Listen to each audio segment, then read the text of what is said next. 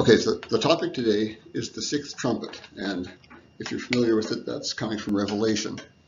We've talked about the sixth trumpet once or twice in the past because it's kind of a major event in what Revelation describes, but not in this detail. Today we're going to look at it in more detail and really dig into the verses and understand what's being said there. And as part of that, I'll help you to understand how you can understand Revelation better for yourself. Now, there are parts of Revelation that are just a challenge and you wouldn't be able to access them. But the sixth trumpet is one of those where it's pretty straightforward to make sense of, although there are lots of people who don't. So background to what happens at the sixth trumpet of Revelation. Remember that it began with the seven seals, and as each seal was opened, something was happening, and all of those were done through the seventh seal. And then there were the trumpets, the first, second, third, and so on. And beginning with the fifth trumpet, it is called also a woe, one of the three woes. And so things begin to really go bad on the earth when these three woes come about. So the sixth trumpet is also the second woe. And so there's a lot of background I want you to understand about where the world is as the sixth trumpet period begins. And where we are is we're about 3.5 years before Jesus returns. So not very far from the end at all. The world order has been reorganized into 10 groups, 10 kingdoms as they're referred to in Revelation. And so the entire world is ruled by 10 kingdoms, but under these 10 kingdoms, it still seems like there are countries underneath those. So it's not exclusively one country, one kingdom. But we won't go into that in any depth here. So the first and the second beast are in authority. They're running most things, and they are over these kingdoms, over these groups, at least to some extent, completely in some of them. And so the beasts would be easily recognizable by Christians because of what the Bible describes of what they're going to do and things that they're going to cause to happen. And so it should be possible for Christians to easily recognize them, but you just know how Christians work, that there are going to be some of them who are going to dispute this and say, no, these aren't the beasts, these are just somebody else, ordinary people, and there will be people who say those kind of things, and that's just the way it is. At this time, also, the mark of the beast is being distributed and used, and we talked about the mark of the beast previously, and that's also a significant event. That's actually the fifth trumpet. Also what's happened here in this period is the Jews have been attacked in Jerusalem, and Jerusalem was taken over by the beast, and the Jews were captured, or not all of them captured, most of them were captured, some escaped, and the ones who were captured are being relocated to other countries. And because of the mark of the beast is in effect, Christians who don't take that mark are either being murdered or they're being starved to death because they have no access to the economic system. They can't buy or sell anything. So if they can't support themselves in other ways, they're in big trouble. So that's the background to what happens as the sixth seal period begins. Things are tough.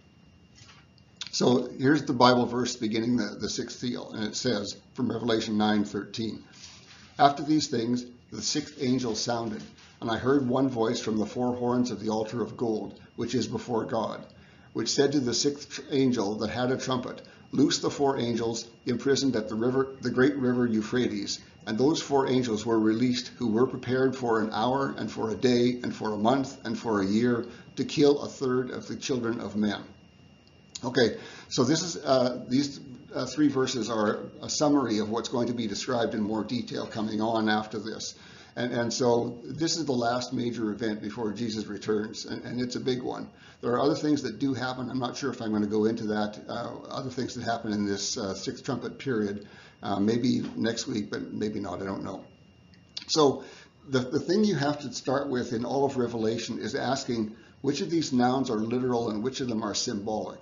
Because Revelation is so full of symbolism that you need to sort that out. And so one of the ways you can do that is that you can look at hopefully you're familiar with other prophecies and how they have used symbols. And you can say, this symbol that's described here, is it used in other prophecies in symbolic ways? Can I tell from how it's used in other prophecies to understand what it is here? Because there's a consistency in that between the different things that happen in Revelation, and also Daniel is very similar to Revelation in that way.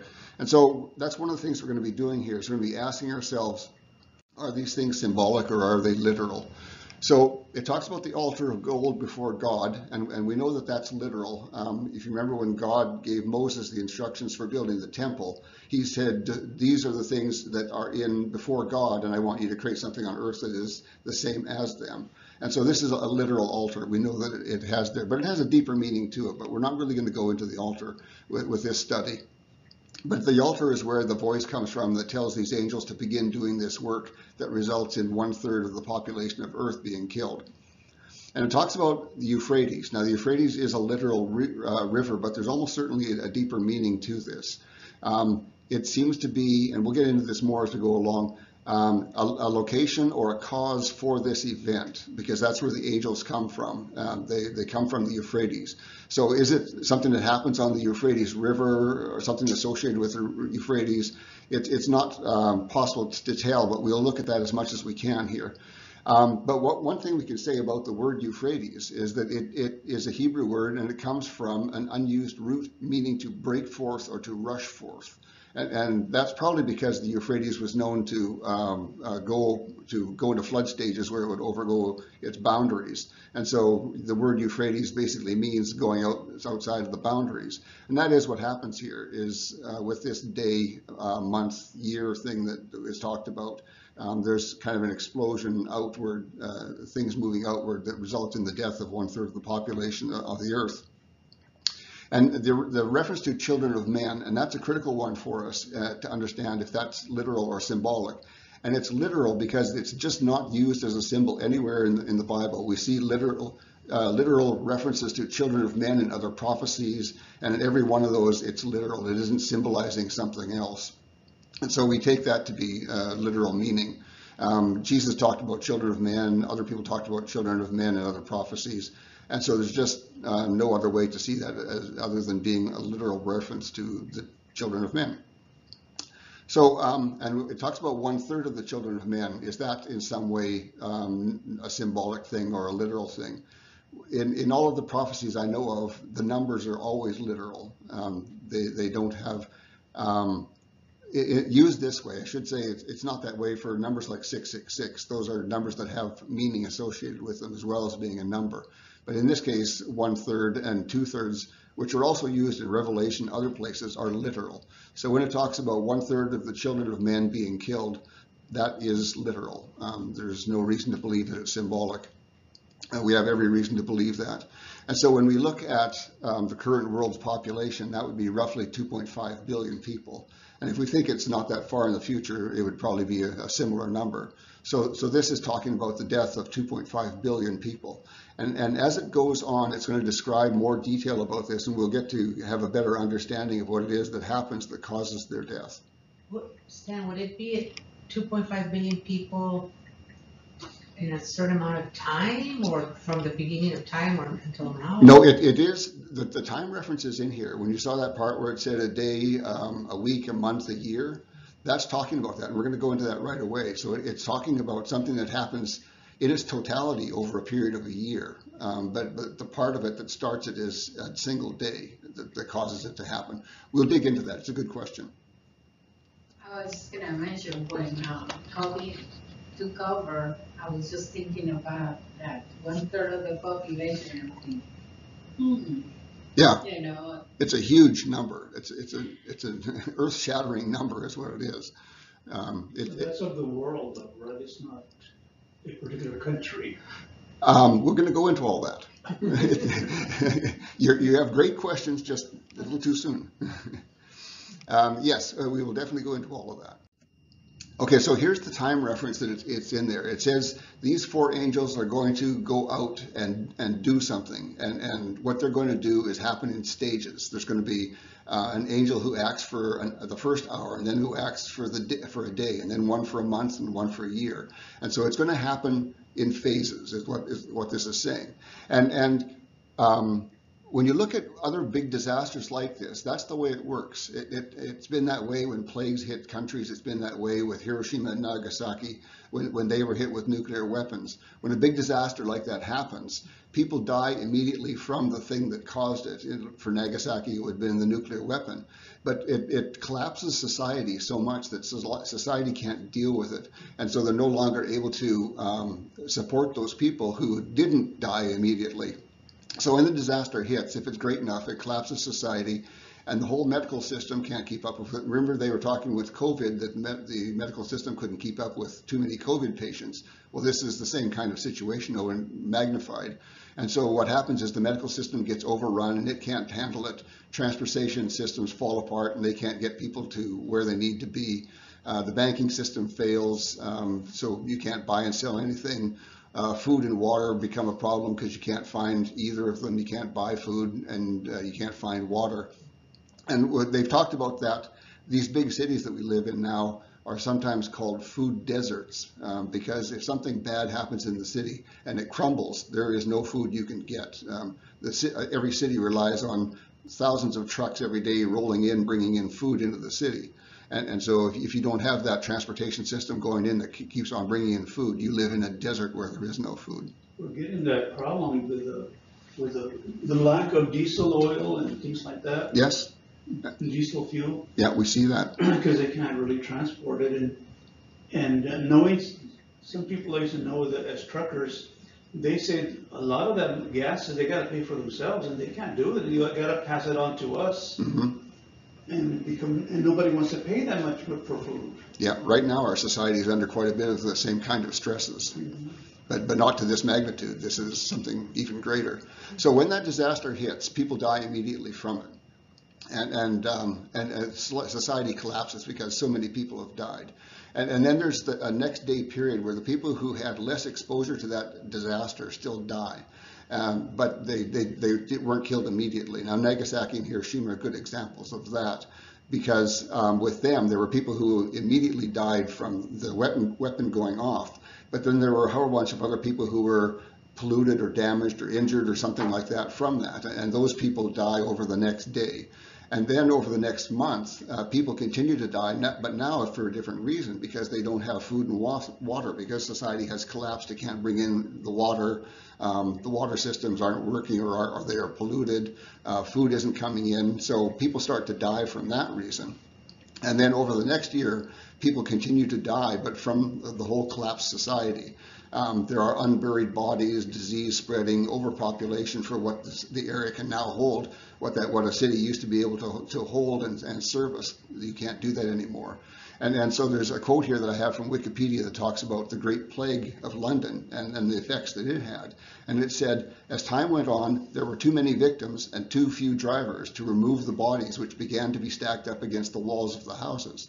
So people were dying so quickly that there were no drivers to take them out and bury them properly or deal with them, and they just began to stack them up against the walls of houses. And the same situation was happening in Nagasaki and those too. There were so many people who died immediately that it just overwhelmed those kind of services. So in any big disaster, that's just a natural thing, is that there's a progression of people dying. At first they died from the initial disaster, but then they began to die from after effects in stages as things go on. You can live without food and water for a day, but after that it becomes a problem, especially if you're in a stress situation, and you begin to die for those reasons. Which plague was the one from London? Good question. It's called the Great Plague, but I don't... I thought it was a black plague. I believe it's called cholera. Cholera?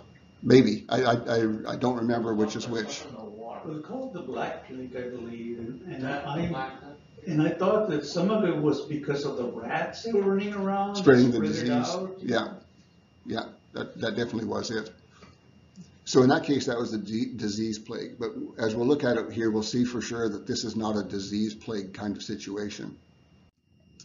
Okay, so the cause of the deaths. Now, this goes back to Revelation now, and it begins to talk about how this all happens, this 1/3 of the population of the earth being killed. So it says, and the number of the army of the horsemen was 10,000 10,000s, which is the Bible's way of saying 200 million. I heard their number, he says. Now, he talks about this army of horsemen. A horseman is a person who rides on a horse in a charging attack in a battle. We don't do it that way anymore, but it was done that way then. And so people who were on the horses had spears and swords and stuff like that, and they would go rushing in and do a charging attack. And that's going to be a parallel here that we're going to be looking at some more. So in an army, this is how a military attack is done, especially in those days, less so now. And it talks about the number of the army of the horsemen. And so we need to make sure we understand that phrase. It doesn't say the number of the horsemen, it says the number of the army of the horsemen. So it's not giving us a count. It isn't saying there are 200 million horsemen. It's saying the strength of the army is 200 million. 200 million, what is the question? And we see numbers being used that way elsewhere in Revelation.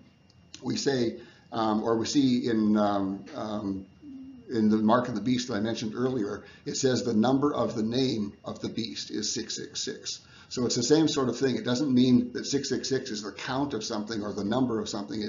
It's saying that it's a number that you associate with the name. And for the beast, it says there is a way that you can calculate the name of the beast, or you will be able to at that time, to figure out this 666 and how it applies to the beast.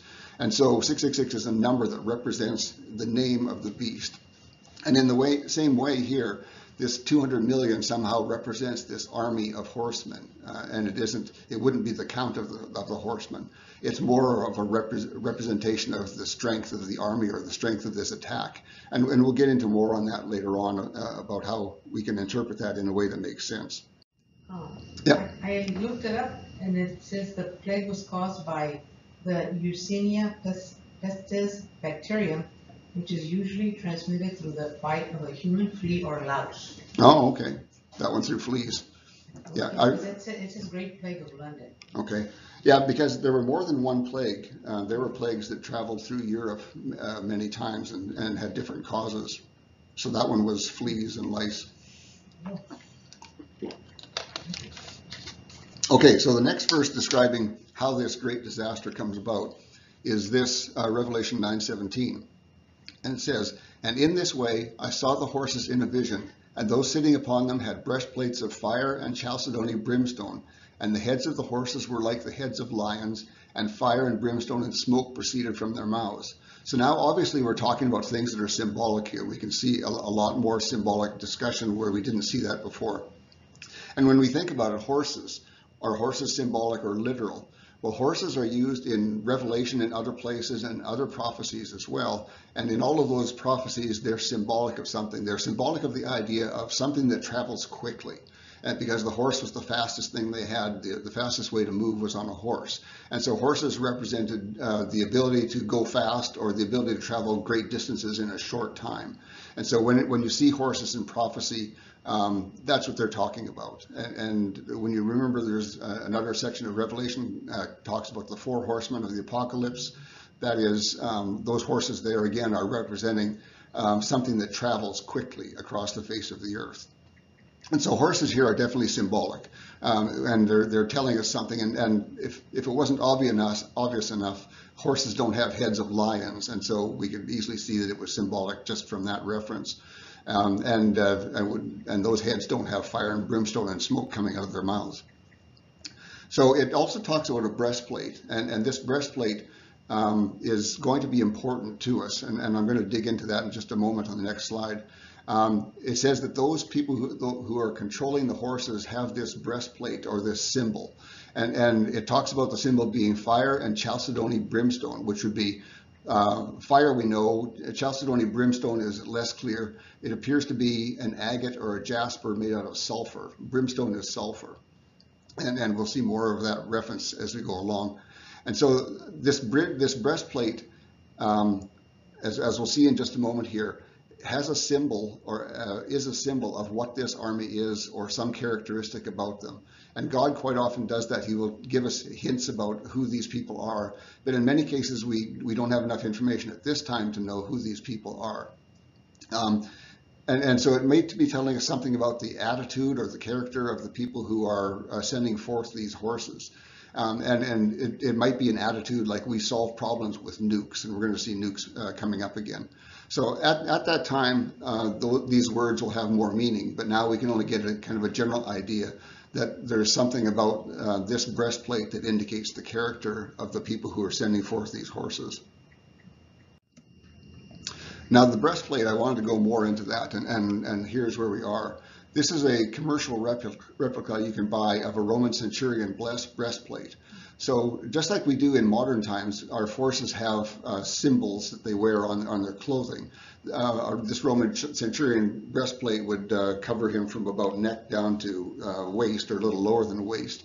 And you can see on it there are symbols on it, and these would be the symbols of his unit that he was associated with. They were just like we have the 506th Artillery and things like that nowadays. This would symbolize the group that he was part of. And so these breastplates, especially with the Romans and even earlier than that, so this Roman centurion has a breastplate that identifies who he is and sort of the character of the group that he's associated with.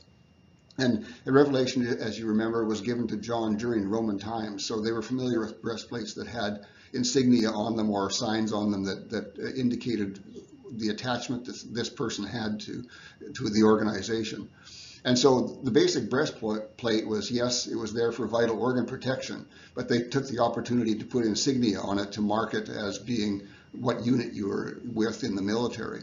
And so it was quite common then, not for the common soldier so much, but certainly for a person like a centurion. He would have a marking on his breastplate that indicated what his group was that he was with. And so the horseman's breastplate is also showing something like that, the character or who they're with or something like that. But at this time, we just don't have enough information to make sense out of that part. But that's why you're seeing the breastplate being described here, as God is telling us something that we can't yet understand about these people. So that's one we just kind of keep in the back of our head. Now, I mentioned brimstone. Brimstone is sulfur. That's kind of the Bible's word for sulfur. But more than that, it means something. It metaphorically, it means a burning rock that destroys. And brimstone is used in lots of places in the Bible. I don't know if you've ever used sulfur or burned sulfur. If you were a delinquent like myself, as a young boy, I did that. And sulfur is very interesting. It comes as a yellow rock, but you can take a match and hold it up to that yellow rock and it will start to burn. And once it starts to burn, it is dangerous because it's putting off noxious fumes and it really smells bad. And also, it won't stop burning. The silly thing is really difficult to get it to stop. If you put a stick against it, some of the sulfur will melt off and come on the stick and start the stick on fire. And if you touch it, you're going to get a bad burn for sure. And because it kind of liquefies part of that rock as it burns, there's this burning liquid sulfur that's always associated with it, and it's a danger if you touch it to anything. Is that the one like in science class that smell like rotten eggs? Probably, yeah. It's been so long since I smelled that smell, I don't remember, but Sulfur. H2S is, yeah. It would be similar, yeah. And yes, and it's really noxious. As soon as you smell that, you say, "Oh, I don't want to smell that anymore." So yes, that is what brimstone in the Bible is. It's sulfur, but it really has in all the Bible more meaning than that. The Bible refers to Sodom and Gomorrah being destroyed by brimstone. And in the site that they believe Sodom and Gomorrah existed now, they find these glassified sulfur balls, sometimes just little small pea-sized ones. Some of them are bigger, like a big fat marble. And they are sulfur that has kind of glassified on the outside of it. So that's the Sodom and Gomorrah reference. The Bible also talks about the future lake of fire where all the unbelievers will be thrown, and it's described as being fire and brimstone as well. And there are other places where you see brimstone being used to infer or symbolize destruction. And that's what burning sulfur does if you aren't careful with it. Burning sulfur just keeps on burning until it's done burning, and it's very hard to put out. And we also saw mentioned there this lion's head on the horse. Because the horse is symbolic, we know that the lion's head is also symbolic, but that was kind of obvious because horses don't have lion heads. And so lion heads are used very commonly in prophecy symbolically, and they represent fierceness or danger in the same way that you would think of a lion if you saw a lion, even at the zoo, too close to you, you're kind of in awe of the force and the power that he represents, because they are very strong, dangerous animals if they're not separated from you. So the lion's head is representing that fierceness and danger, and that's a common thing in prophecy. And it says this lion head produces three things. It produces fire and brimstone and smoke. And so now we understood fire and smoke before. Brimstone we now understand too. And we'll dig into this some more because the verses repeat this idea. Okay, it continues to describe these horses. And it says, by these three scourges, now that's an important thing, we're going to dig into scourges as well. A third of the children of men were killed by the fire, by the brimstone, and by the smoke that proceeded from their mouths, the mouths of the horses, because the power of the horses was in their mouths and also in their tails. This is the first time tails are mentioned. But we know that tails are going to be symbolic because everything in this horse is symbolic. So each of these is a scourge, which is a whip. That's the Bible word for a whip. And so the first thing we would think is who is doing the scourging and who is being scourged by this. And you might think, well, surely these third of the children that are dying are the ones being scourged. But that isn't going to be the case. You might be a little surprised when you realize who's doing it and who is being scourged. And so think about that. We'll get to that. So, and it says the power of the horses is in their mouths, and it talks about the fire and the brimstone and the smoke that comes from their mouths. And it talks about their tails, and the tails are also symbolic. So the horses and the heads are all symbolic, and this tails is a new thing, and we're going to also see that and make some sense of that as we go along here. So the verses continue on, Revelation 9 still, and it says, and the rest of the children of men who were not killed by the scourges did not turn from the work of their hands to not worship devils and idols of gold, of silver, and of brass, and of wood, and of stone, which do not see, neither hear, nor are able to walk. And they did not turn from their murders, or from their witchcraft, or from their fornication. Okay, important stuff there. God is behind this. God is the one who is causing this. Certainly men are the ones who are sending these horses to cause the destruction, but God is causing or allowing this to happen for a purpose. And he's doing that because he's using it as a scourge.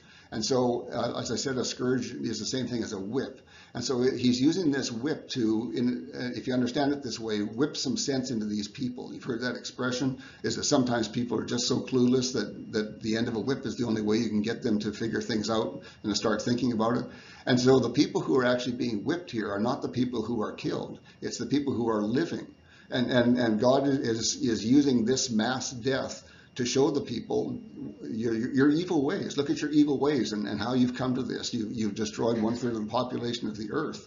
Don't you see how evil you are? But they don't. They don't see that, and they continue on doing what they're doing. We have a parallel to that. If you remember when the Twin Towers were knocked down, right away people charged into the churches, and that lasted for about a month, and then they charged back out of the churches and were gone.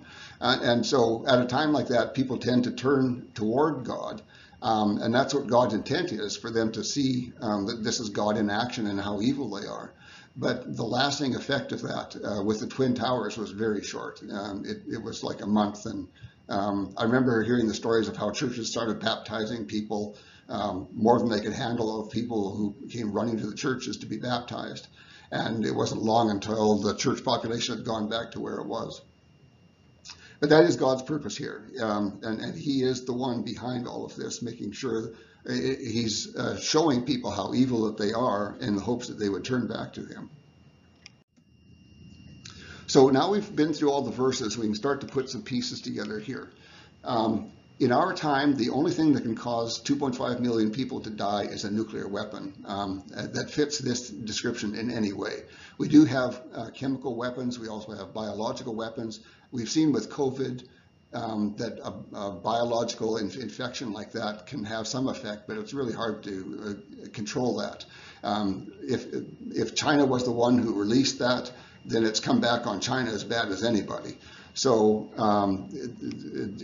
those kind of weapons just aren't the same. Plus, it talks about this horse and the fire and brimstone and smoke coming from that. And biological weapons just aren't that. In fact, biological weapons are destroyed by fire and things like that. So the only thing that really matches what the Bible says that can kill 2.5 million people, 1/3 of mankind, is a nuclear weapon, or a bunch of nuclear weapons, in fact, because it's really hard to do that. So, so we have this common sense notion. The only way you can kill that many people is through nuclear weapons. And so what we want to do, and this is a necessary thing whenever you're studying prophecy and you think you have an understanding for it, is to see, does this fit with everything that we just read?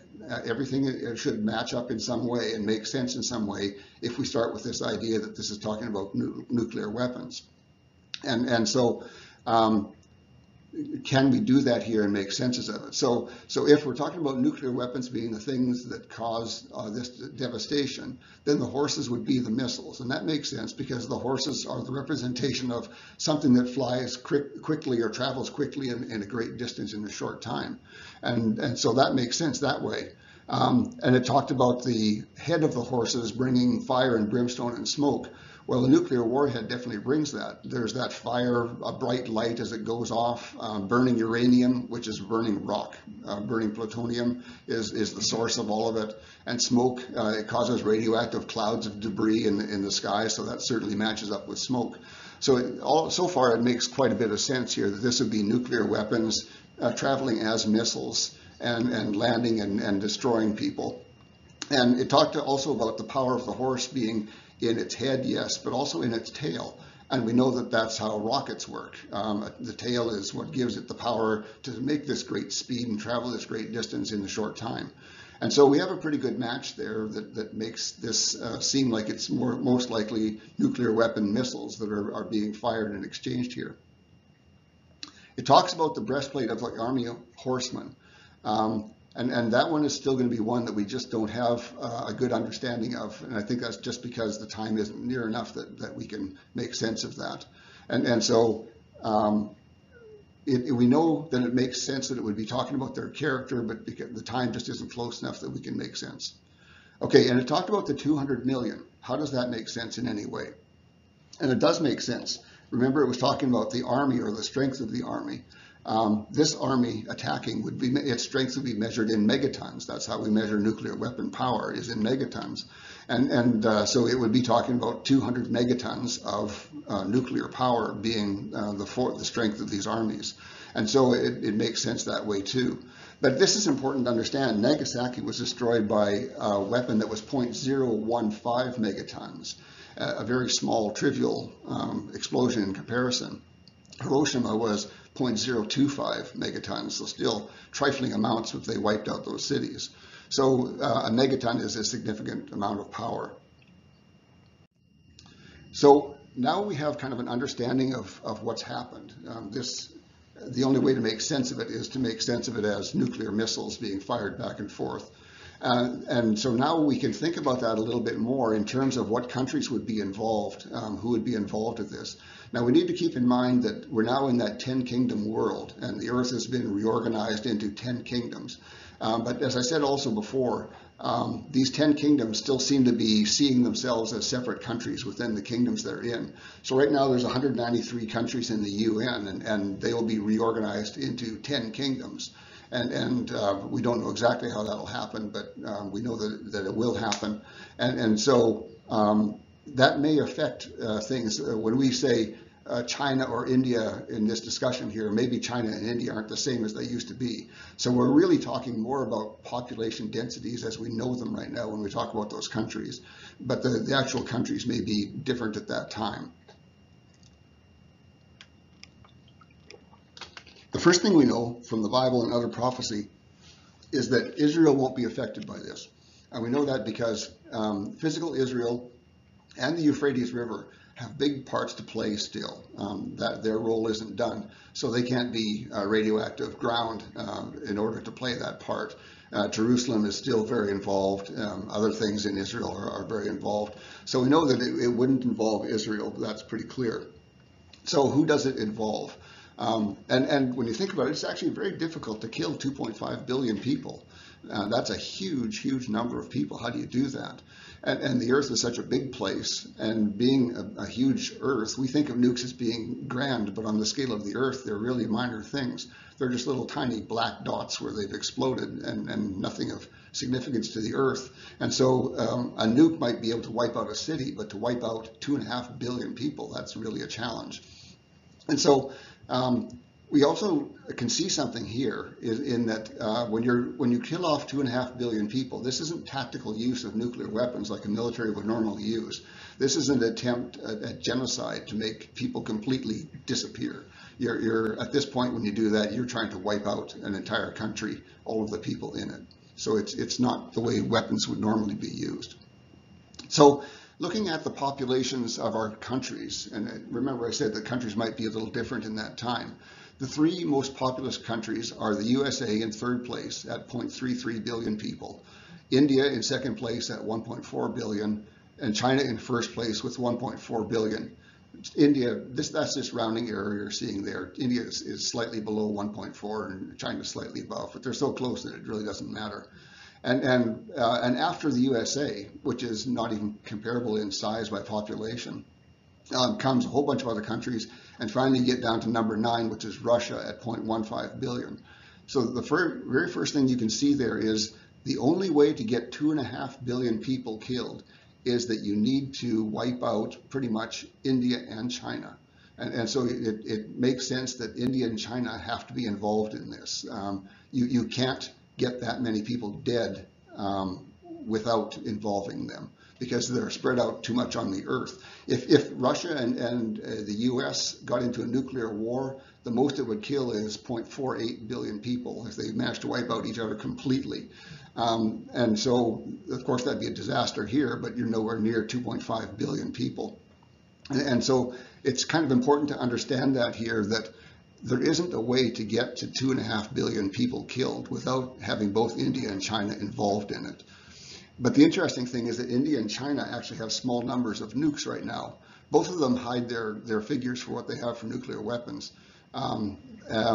But there are people who make estimates of these things, and they think that India has 156 nukes and China has 350.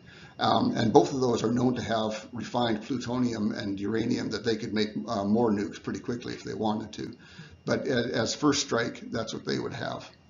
So that 2.5 billion people, you think that's just one strike or a combination of? Well, what we can say that makes sense is India and China have to be involved, because you can't get that many dead people without them. And we'll go into that some more here. And so if they are involved, though, you can get 2.5 billion out of their numbers without any trouble. So it could be just India and China alone. And that would make a certain amount of sense in a map that we're going to see here in a moment here. So it may just be India and China and nothing else. And to be honest, India and China have had problems in the past. They're right next door to each other, and they've disagreed on many things in the past. So it's not unreasonable to think that that could happen again. But do you think it's like just one huge strike, or since the beginning of time until now, it would be 2.5 billion? No. From when this strike happens, remember it said the hour, the day, the week, the month, the year. That hour would be the strike, and so we're talking about a nuclear weapon exchange. One side fires, the other one sees them incoming. They fire back, they cross, land on each other, and kablooey! Both of them are shattered. And then people begin to die in stages over months and years from that. So, so there isn't a scenario that can't involve India and China because of their heavy populations. You need to have a population density that is quite high in order to get that death rate. And only India and China have that. So it has to involve them. Does it involve others? We don't know. It may not. It could just be those two fighting. They have small numbers of nukes, but modern nukes can each be a megaton without any problem. So you could easily get to the number that we saw there, the 200 megatons of nuclear weapons, without any challenge from just the nukes that they do have. So it's also quite possible that it's just them from that case. Now here's an interesting map. As I was preparing this, YouTube popped up a video for me that talked about this. If you were to draw a circle on the map or the globe of the Earth, and you wanted to draw the smallest circle you could draw that would include half the population of the Earth, this is that circle. And so let me get my pointer out here. I'm going to need that. Okay, so this is, if you recognize it, this is China through here. This is India through here. And so there's your two most populous countries sitting right there in this smallest circle that contain half the Earth's population. Was the black one? This green circle here. See the green circle? But I was talking about the black circle. Oh, yeah, that's just the center point of it. That's a small city of no nothing special about it. It just happens to be at the center of this circle. So the green? So the green contains 1/2 the population of the Earth. Wow. Yeah, that's population density. And that's what you need in order to kill that many people. You need to strike a high density population area. And so you can see that Russia up here isn't involved in that. Their population is widespread over a large area, so they just don't have the population density you would need to cause this disaster. And so what we have here is China up here, and over here India, and down here we have Indonesia, other places like that are also very high population zones, but they aren't militaries, they aren't nuclear powers, so they don't have any weapons like that themselves. So they really just happen to be in this half the population of the Earth group, I think. And so again, we come back to that idea that the only way you can kill that many people is it has to involve India and China. The population density isn't high enough anyplace else on the Earth to do that.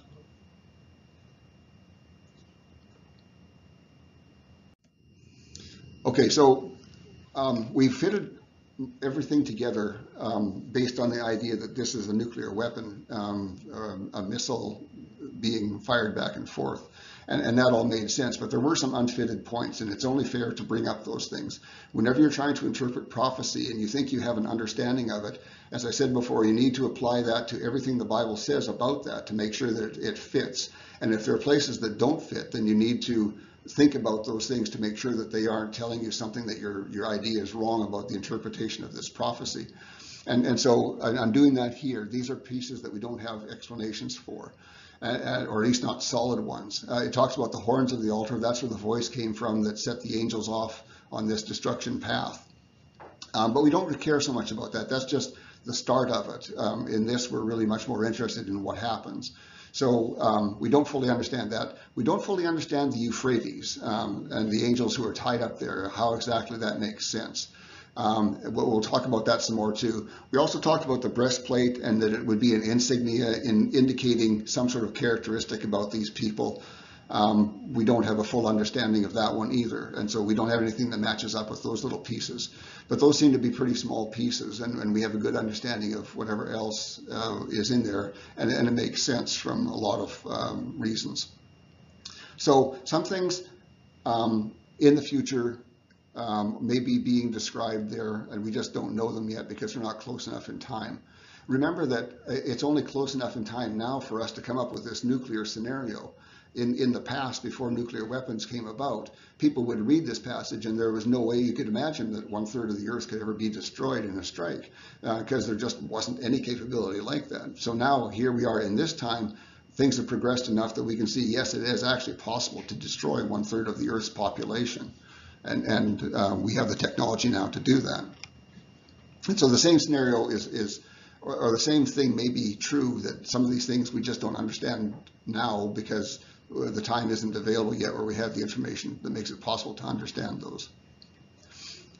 Okay, now, and the reference to the Euphrates is one that is interesting. That's telling us something about the source or the location or the cause of this attack. And that much is certain, but that doesn't tell us much. There's a Duke Ferdinand moment, if you've heard of that phrase.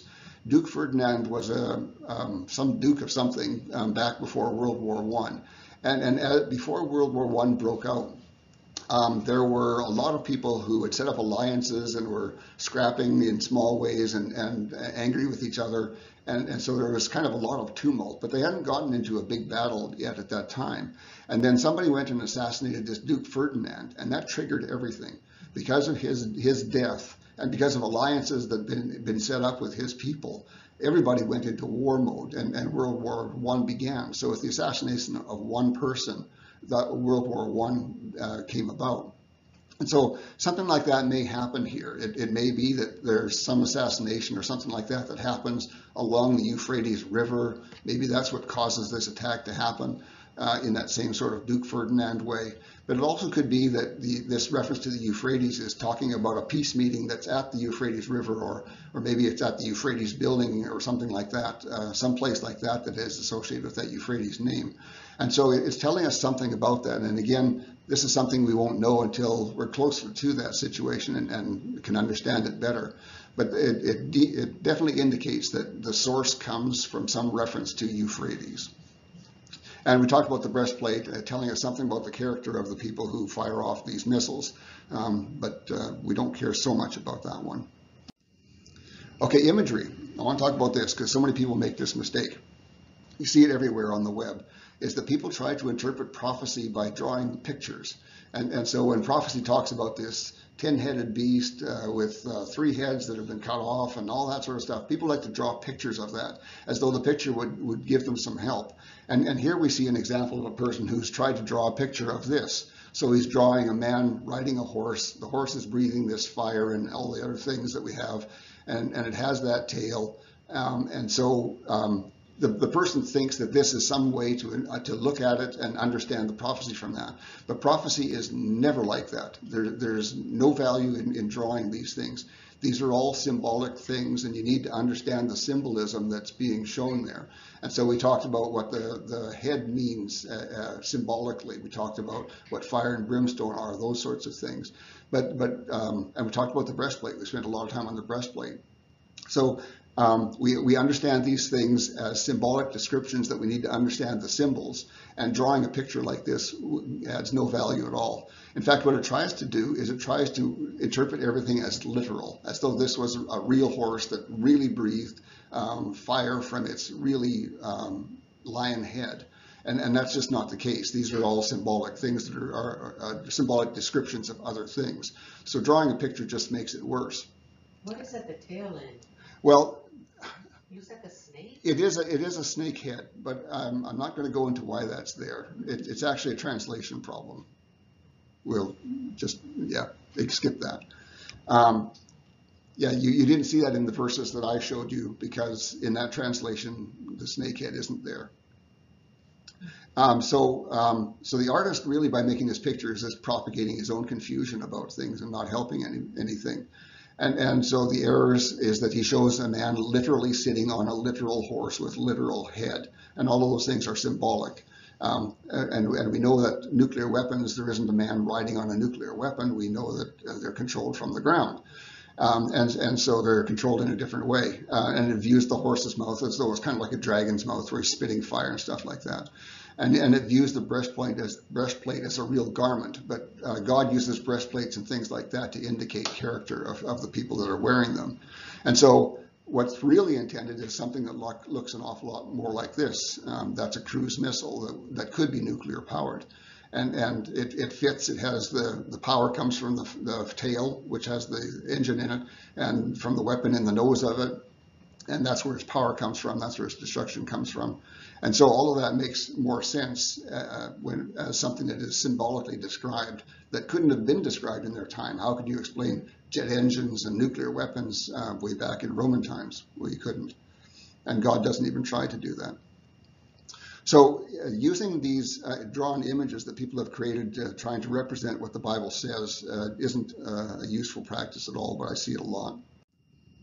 So keys to understanding and keys to success in understanding prophecy. Always important to have a very direct translation. Because the translators are humans, they're just as confused as those artists who drew those pictures. And so if you give them the leeway to translate the Bible in whatever way they want, they can take it astray, and you get these snake heads on the tails. And so translators can easily make mistakes when they translate prophecy. So you want a direct translation to work from. And as we did, determine which nouns are symbolic. That isn't always as easy as it seems, but a horse with a lion's head, that's symbolic. That's pretty easy. And so I chose this passage here because it is pretty easy to understand which things are symbolic and which are literal. I don't think that I don't think they're trying to be evasive or confusing in Revelations, because I think what's happening is here are people like John, for example. They see something and they only interpret it in terms of what they know, of what they understand. So if they've never seen a helicopter, for example, or a jet, they would say, well, it had the sound of chariots and the whole bit, and like people, why did he just say what it is? Well, he doesn't know what it is. No. He has no way to understand that at all. No background. We are that far away in technology that he doesn't have a reference like that. Yeah, and that's certainly part of it. God chooses to represent things symbolically. And we see that in Ezekiel as well. He talks about things just because people can't, the people of that time had no way to understand what was being described. But also because God likes to hide things, and he likes to have his people search those things out. And that's part of how God's nature just is. And so, once you've kind of figured out which nouns are symbolic references like that and which ones are literal references, that gives you a good start in understanding what's going on. And so that's the nouns. When you look at verbs, the verbs, we saw the man sitting on the horse. Well, sitting on the horse doesn't necessarily mean sitting. It means controlling, because that's what a man who sits on a horse does. He controls the horse. And so he doesn't sit there just to sit. So we understand that as being a description symbolically of someone who controls, and not necessarily someone who sits on the device that is being described symbolically. And so some parts of Revelation, as I said earlier, right at the start of this, has a whole heavy symbolism over it. And you can really see that. It's when he talks about beasts and heads and horns and stuff, those are very difficult to figure out, to understand. And some of them just can't be understood yet. The time isn't ready for them. But there are definitely other passages like the one that we just went through where it is possible to understand it. The symbolism is pretty light and pretty straightforward and not that difficult to figure out. And as we're talking about the nature of God here, from Deuteronomy 29:29, it says, "The secret things belong to the Lord our God, but the things revealed belong to us and to our children forever." So there we see the idea that God holds some things back and keeps some things secret, but there are other things that he reveals to his children. And it's possible to understand what he has revealed at the time that he is ready for it to be understood. Any questions?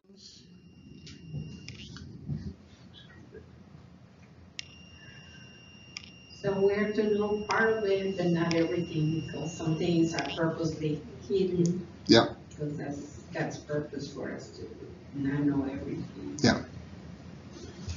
Well, yeah, I agree in what you said, that God expects us to study and to really think about these things. It isn't supposed to be easy at all. It's kind of like Jesus would say, "Unto you, it is given to know the words of the kingdom of the Lord, and unto others is given in parables." Right.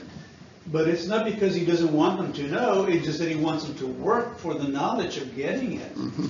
Yeah. And I don't think they want to.